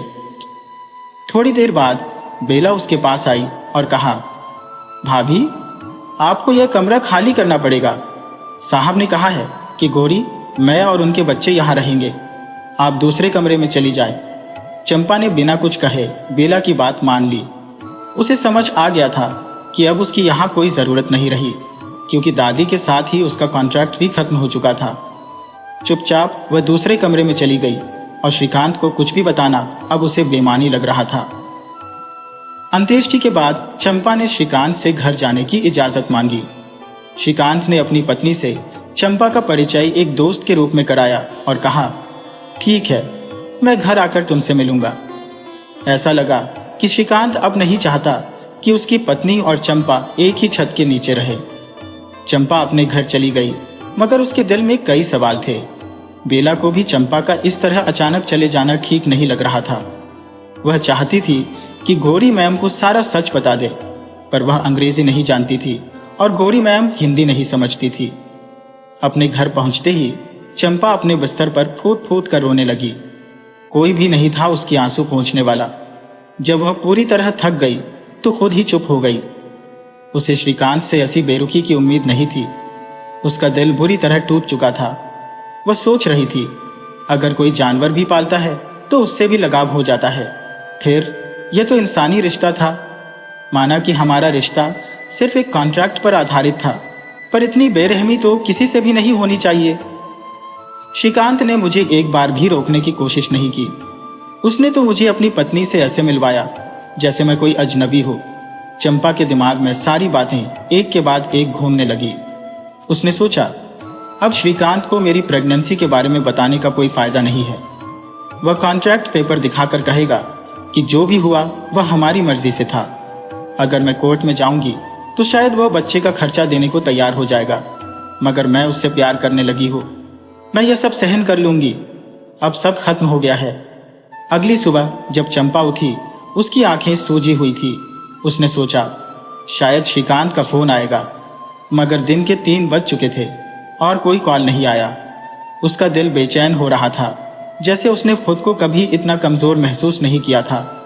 उसकी मां की मौत से भी वह इतनी नहीं टूटी थी, क्योंकि तब श्रीकांत उसका सहारा था। अब वह एक अंधेरी राह पर अकेली खड़ी थी। अब चंपा के लिए यह दुनिया और भी अकेली हो गई थी। दादी की मौत के बाद जैसे श्रीकांत ने उसे दूध में से मक्खी की तरह निकालकर फेंक दिया था। उसकी आंखों से आंसू थे कि थमने का नाम ही नहीं ले रहे थे। मन में सिर्फ एक ही सवाल घूम रहा था, अब आगे क्या? पैसों की तंगी से पहले ही वो जूझ रही थी, अब और भी मुश्किलें सामने खड़ी थी। मोहल्ले वालों को क्या जवाब देगी? जल्द ही सबको पता चल जाएगा कि चंपा मां बनने वाली है। वो खुद को कोस रही थी। उसकी अपनी गलतियों का बोझ दिल पर भारी हो रहा था। एक पुरानी कहावत उसके कानों में गूंज रही थी, जब चिड़िया खेत चुग गई तो पछताने से क्या। अब तो यही समाज उसकी जिंदगी को और कठिन बना देगा।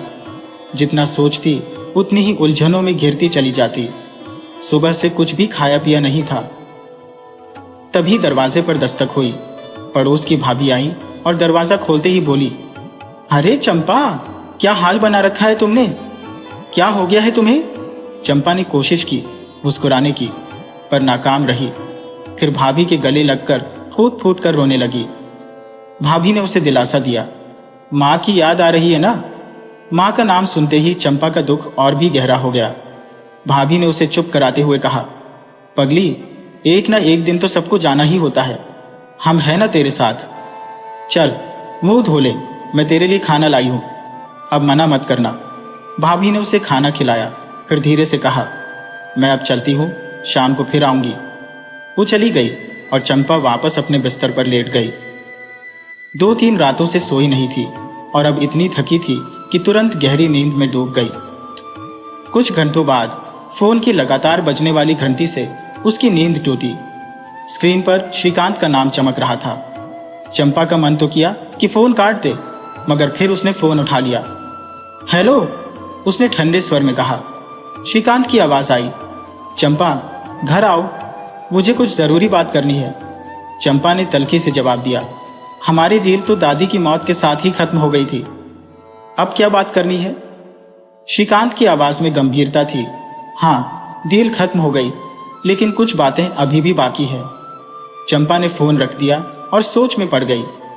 दिल कह रहा था कि अब वहां जाने का कोई मतलब नहीं, सब तो खत्म हो चुका है, लेकिन कहीं ना कहीं उसका दिल अभी भी श्रीकांत की ओर खींच रहा था। आखिरकार उसने दिल की सुनी और श्रीकांत के घर चली गई। दरवाजे पर बैल बजाई तो बेला ने दरवाजा खोला। उसे देखकर बेला खुश होकर बोली, भाभी आप? वो गौरी मैम तो चली गई बच्चों को लेकर। इतनी जल्दी? चंपा ने हैरानी से पूछा। बेला ने जवाब दिया, हाँ भैया बाद में जाएंगे। बच्चों की जिद थी दादी के दर्शन करने की, इसीलिए आई थी। पर यहाँ का खाना पानी उसे रास नहीं आया, परेशान हो गई थी। तभी श्रीकांत बाहर आ गया और बेला चुप हो गई। उसने बेला को कहा, जाओ चाय बनाकर लाओ। बेला ने तुरंत हामी भरी और चली गई। श्रीकांत ने चंपा से कहा, क्या तुम बस यूं ही खड़ी रहोगी या अंदर भी आओगी? चंपा बिना कुछ कहे उसके पीछे पीछे ड्राइंग रूम में आ गई। श्रीकांत ने बैठने का इशारा किया और गंभीर स्वर में बोला, मैं जानता हूं तुम जूली और बच्चों को देखकर चौंक गई होगी। जो मैंने तुम्हें पहले नहीं बताया, ये मेरी गलती है। मैं बताना चाहता था, पर दादी कभी नहीं चाहती थी कि मैं किसी घोड़ी मैम से शादी करूं। चंपा चुपचाप उसकी बातें सुन रही थी। अंदर ही अंदर वह जान चुकी थी कि उसका श्रीकांत से कोई रिश्ता नहीं बचा है। श्रीकांत अक्सर यही कहता था कि शादी किसी गांव की लड़की से ही होगी, पर वो बात अलग थी कि जूली और श्रीकांत कॉलेज में साथ पढ़ते थे और वही दोनों के दिल एक दूसरे के लिए धड़कने लगे। चंपा सोचने लगी, ये प्यार भी क्या करवा देता है। और फिर उसने श्रीकांत के प्यार में अपनी बड़ी भूल कर दी थी। श्रीकांत ने कहा, हमने शादी कर ली दादी को बिना बताए। अगर दादी को पता चलता तो वो इसे कभी नहीं सह पाती।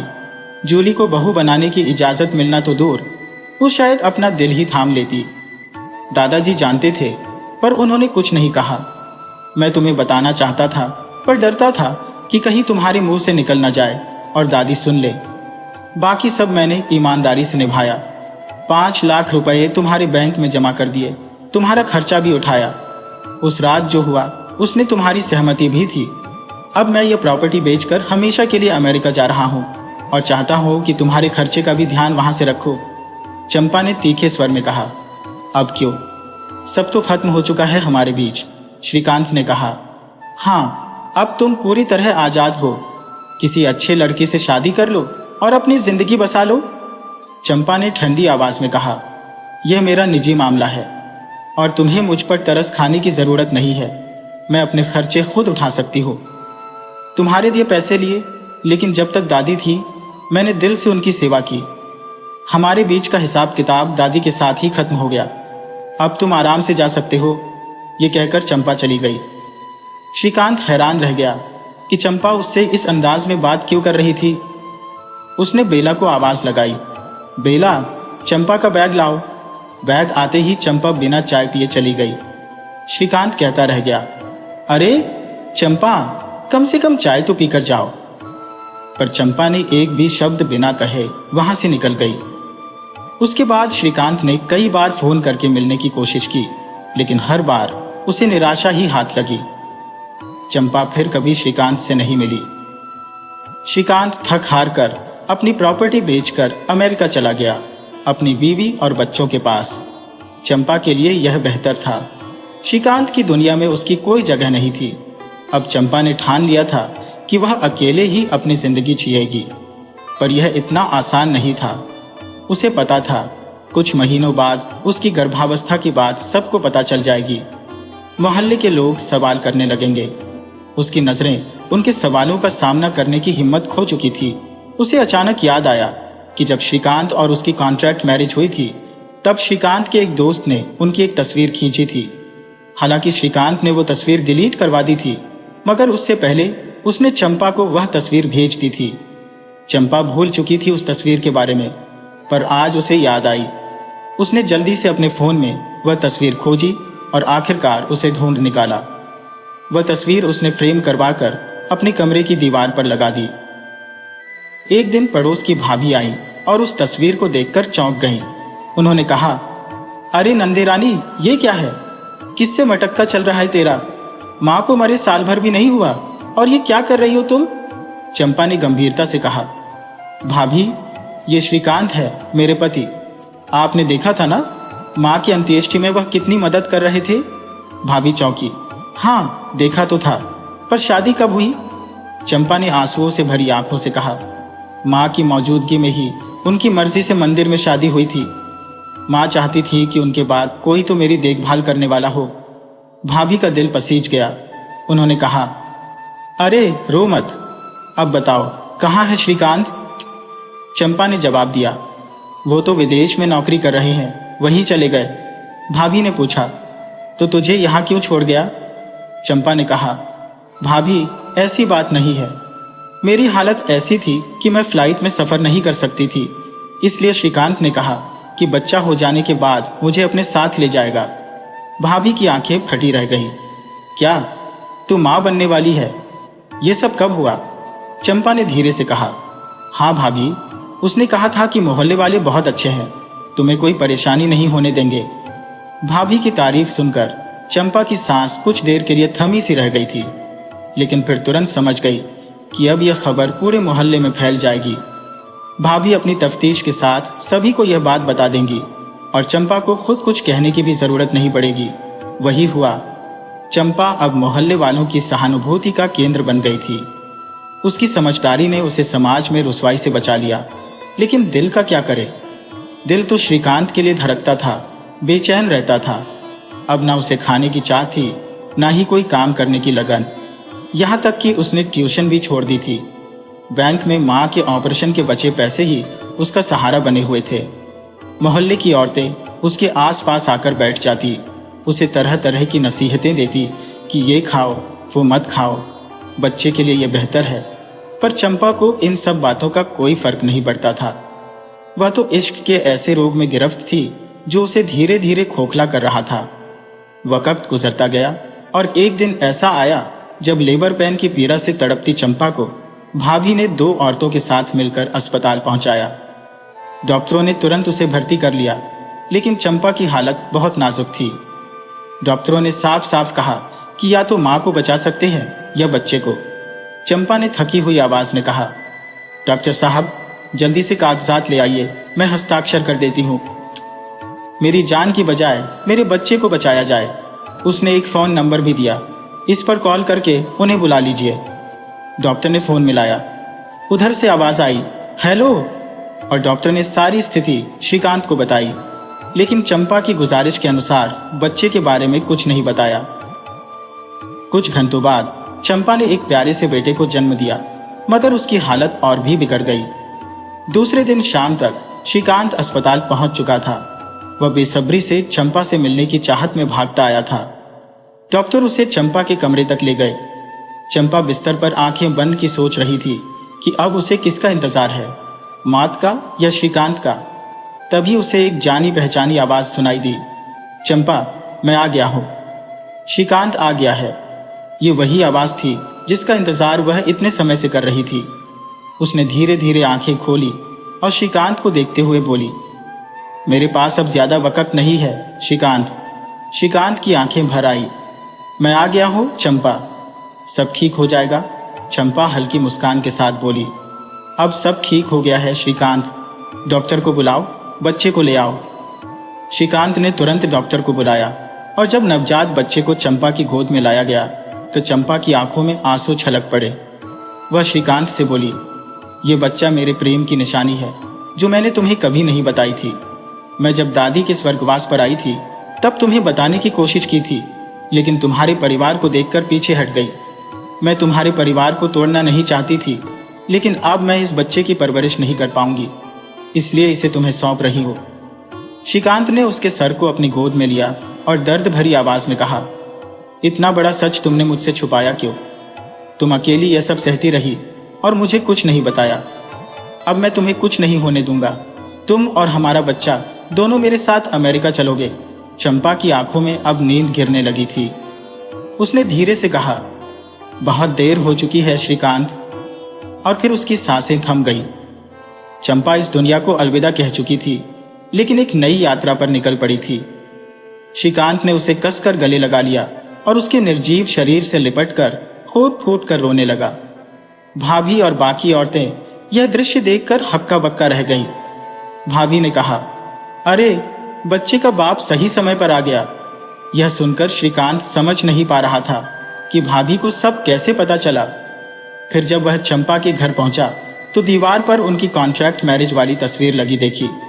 उसे तुरंत सारी बातें समझ आ गई। उसने भाभी से कहा, चंपा की विदाई सुहागन की तरह करना। चंपा की अंतिम विदाई पूरे सम्मान के साथ हुई। और श्रीकांत के दिल में हमेशा के लिए चंपा की एक छवि रह गई।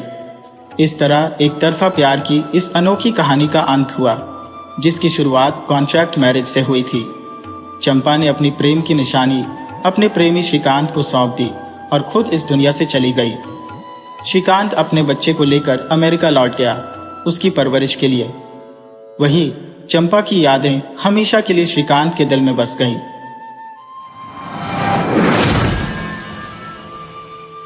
वीडियो अच्छी लगे हो तो इसे लाइक करें और ऐसे ही मज़ेदार कहानियों के लिए चैनल को सब्सक्राइब करें और बेल आइकन दबाएं। ज़्यादा से ज़्यादा अपने दोस्तों को शेयर करें। धन्यवाद।